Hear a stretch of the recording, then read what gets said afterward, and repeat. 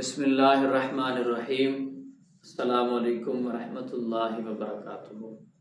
سامعین محترم، ہماری گفتگو چل رہی تھی کھانے کے متعلق، کچھ ویڈیوز کھانے کے سنت طریقے پر اور کچھ ویڈیوز کھانے کی دعوت کے متعلق ہم نے بنائی۔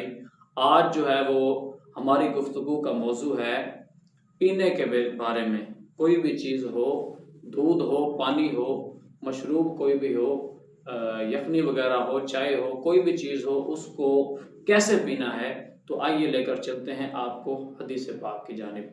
حضرت عبداللہ ابن عباس رضی اللہ تعالیٰ عنہ راوی ہیں، فرماتے ہیں کہ سقیت النبی صلی اللہ تعالیٰ علیہ وسلم من زمزم، میں نے نبی پاک علیہ السلام کو آب زمزم پلایا۔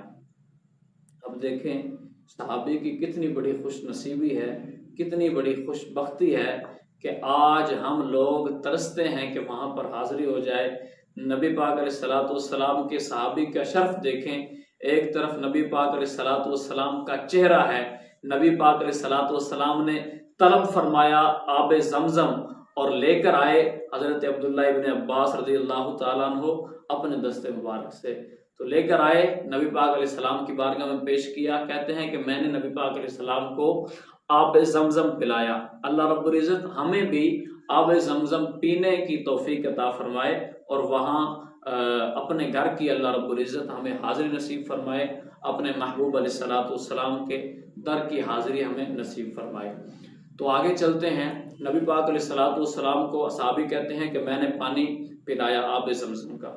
آگے فرمایا وَهُوَ قَائِمٌ، نبی پاک علیہ السلام کی حالت یہ تھی کہ آپ کھڑے ہوئے تھے۔ تو اس حدیث پاک سے، اس چھوٹی سی حدیث پاک سے معلوم یہ ہوتا ہے کہ آب زمزم جو ہے جب بھی ہم نے پینا ہے، بات بیان علیہ حدیث ہے بخاری اور مسلم شریف کی، جب بھی ہم نے آب زمزم پینا ہے کھڑے ہو کر پینا ہے۔ اور دوسری بات، عام طور پر جو پانی پینا ہے اس سے نبی پاک علیہ السلام نے کھڑے ہو کر اس پانی کو پینے سے منع فرمایا ہے۔ کوئی بھی چیز ہو، چائے ہو وہ، یا ریڈی پر کوئی چیز باہر بازار میں لگی ہوئی ہو، یا کوئی بھی چیز ہو جس طرح سوپ وغیرہ، آج کل کے دور میں زمانے کے اعتبار سے یہ چیزیں ہیں، تو بہت سارے لوگوں کو میں نے دیکھا ہے کہ گلیوں کے اندر، بازاروں کے اندر وہ کھڑے ہوتے ہیں اور اس ریڈی سے، اس جو ہے نا دکان سے سوپ یا شربت وغیرہ لے کر کھڑے ہو کر وہ سنت کے خلاف یہ عمل کر رہے ہوتے ہیں۔ تو آئیے نبی پاک علیہ السلام نے کیا فرمایا ہے اس بارے میں، تو چلتے ہیں۔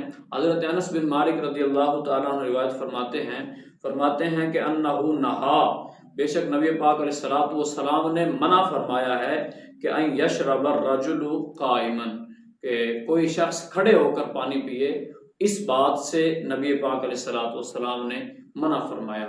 اب یہ حدیث پاک کے الفاظ ہی ہمیں بتا رہے ہیں کہ نبی پاک علیہ السلام کو یہ عمل جو ہے وہ نہایت ناپسند تھا، پانی کو جو ہے نا وہ کھڑے ہو کر پیا جائے۔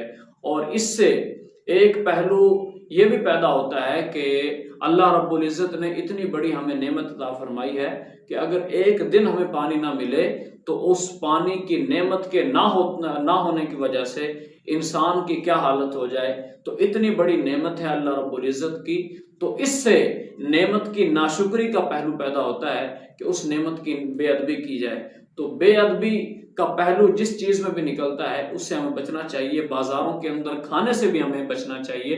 بازاروں کے اندر کھانا یہ تو ایک تو ہے دکان کے اندر ٹیبل کے اوپر بیٹھ کر اچھے طریقے سے کھانا، ایک ہے کہ کوئی دکان لگی ہوئی ہے اور ہم باہر کھڑے ہو کر جو ہے وہ کھانا کھا رہے ہوتے ہیں، تو یہ بالکل غلط ہے۔ کھانا ہو یا پینا ہو، کھڑے ہو کر بے شعوری کے عالم میں یہ نہیں کرنا چاہیے۔